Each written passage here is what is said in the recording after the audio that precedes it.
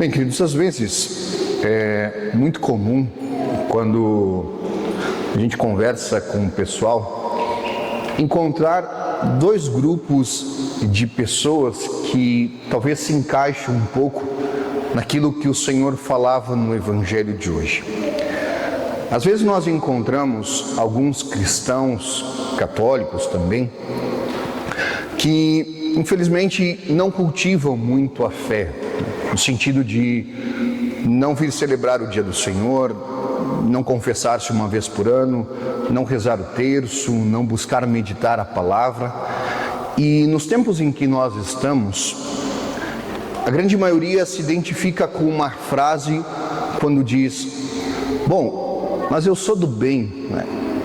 Eu sou do bem, e aí quando tem uma campanha eu ajudo, quando precisa em um evento eu me disponho, se alguém perto de mim precisa eu sempre dou uma mão e ajudo. E no fim quase sempre arremata com uma frase e diz: bom, também não precisa ir na igreja porque aquele pessoal que vai lá, né? Tem uns que também às vezes fofocam, outros que falam mal dos outros, outros que não são fiéis, então para que eu vou? E aí tem um outro grupo, né? Que é aqueles que vão na missa todo domingo, rezam terço, confessam uma vez por ano, fazem abstinência de carne na sexta-feira, contribuem com dízimo e que dizem: bom, eu sou católico e faço tudo isso. E vai enaltecendo suas ações, dizendo que vai na missa, que reza, que ajuda. E muitas vezes esses também arrematam no final dizendo: bom, também esse pessoal que não vem na igreja é brincadeira, né? Também não fazem nada, não ajudam. E por que estou dizendo isso? Porque bem ou mal, todos nós nos encaixamos um pouco nesses dois grupos. E é para estes grupos que o Senhor fala a parábola de hoje, quando Ele diz que Ele contou esta parábola para alguns que confiavam na sua própria justiça e desprezavam os outros. Às vezes a gente confia nas nossas ações apenas, nas coisas que fazemos e enaltecemos tudo isso, não que não sejam boas coisas, mas nós achamos que isso basta. E infelizmente, às vezes, nós desprezamos os outros. E por isso nosso Senhor vai contar essa parábola para ti e para mim, para que ela ilumine nossa vida e nos ajude nesse belo caminho de conversão que é a vida cristã. E Jesus diz então que dois homens entraram no templo. Um era fariseu e outro um publicano. Quem eram os fariseus? Os fariseus eram esses homens que se debruçavam sobre as Escrituras, que as conheciam, que as meditavam e que praticavam muito de suas leis. Eram homens então profundamente religiosos e isso na sua essência era muito bom. Os publicanos quem eram? Os publicanos eram aqueles que tinham um pecado público. O pecado público deles era que, pertencendo ao povo de Deus, eles tinham se vendido para os romanos, cobravam os impostos injustos e mais. Se o imposto era de R$10, eles cobravam 30, ficavam 20 com eles.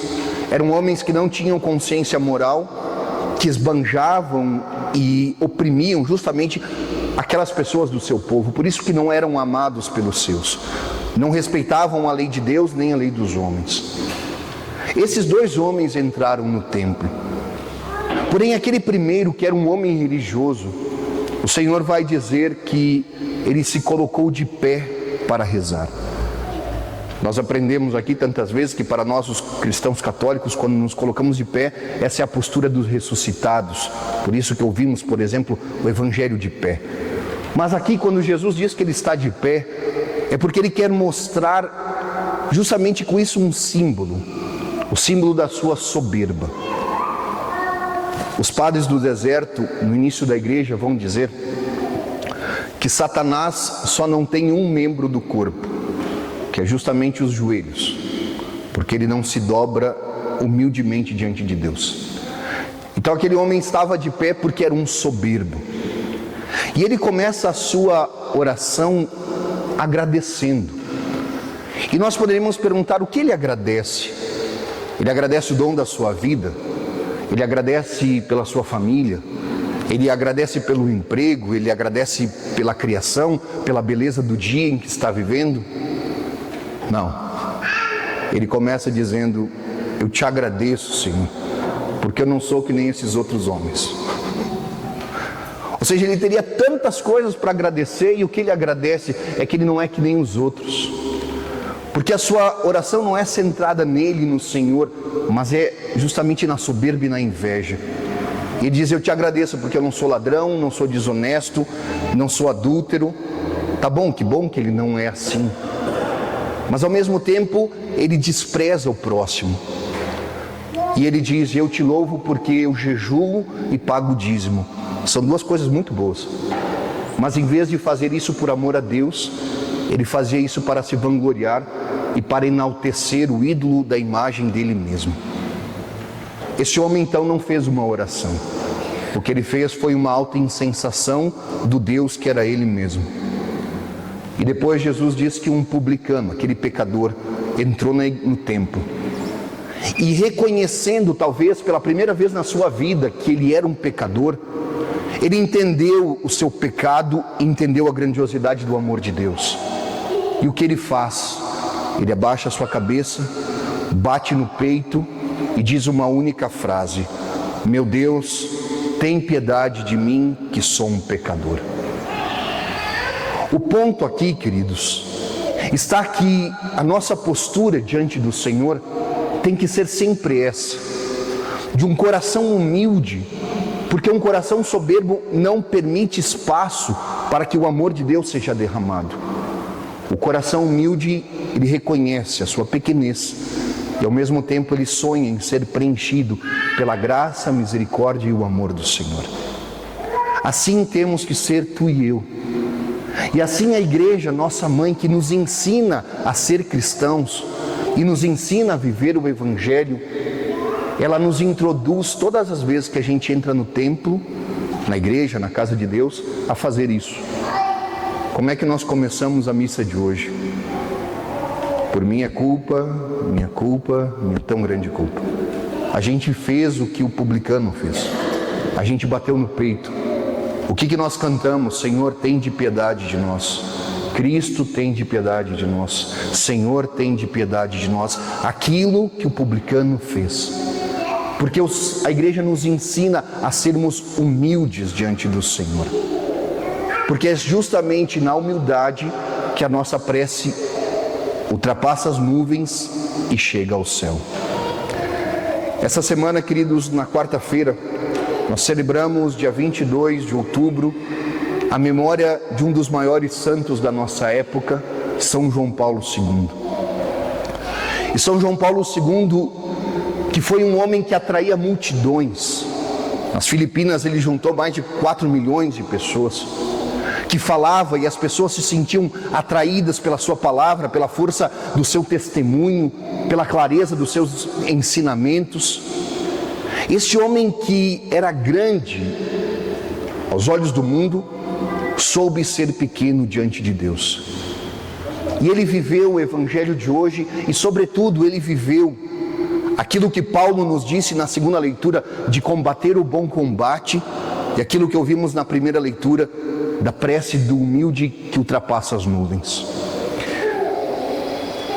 Certa vez na sua vida, isso eu contei aqui uma vez já, o Santo Padre, ele recebeu o título de personagem do ano pela revista Times. E todos os dias o seu secretário colocava os jornais e as revistas para que o Papa pudesse ler. E no dia que chegou a revista, ele botou a revista, e quando terminou o café, ele viu que a revista estava virada. O secretário desvirou, depois do almoço ele foi lá de novo, a revista estava virada. Depois da janta, ele tinha desvirado, a revista estava virada de novo. E quando terminou a janta, ele perguntou: Santo Padre, o senhor viu a revista de hoje? Eu vi. O senhor viu que o senhor saiu na capa? Eu vi. O senhor não gostou? Eu gostei. Então por que o senhor virou todas as vezes? E a resposta daquele homem que combatia o bom combate da humildade foi: é que eu gostei muito. Eu gostei muito. E isso o fazia soberbo. Então ele precisava lutar pela humildade. E quando procuravam São João Paulo II, muitas vezes na sua capela particular, como o encontravam? Prostrado, de braços abertos, diante do sacrário, justamente pedindo a Deus a graça de ser humilde, para que a sua prece ultrapassasse as nuvens e chegasse aos céus. Então, queridos, que nós hoje também nessa missa possamos, como publicano, aproximarmos-nos de Deus com um coração humilde e pequeno, para que o Senhor nos converta verdadeiramente e, a exemplo dos santos como São João Paulo II, nós possamos provar do amor de Deus por nós que não tem limites.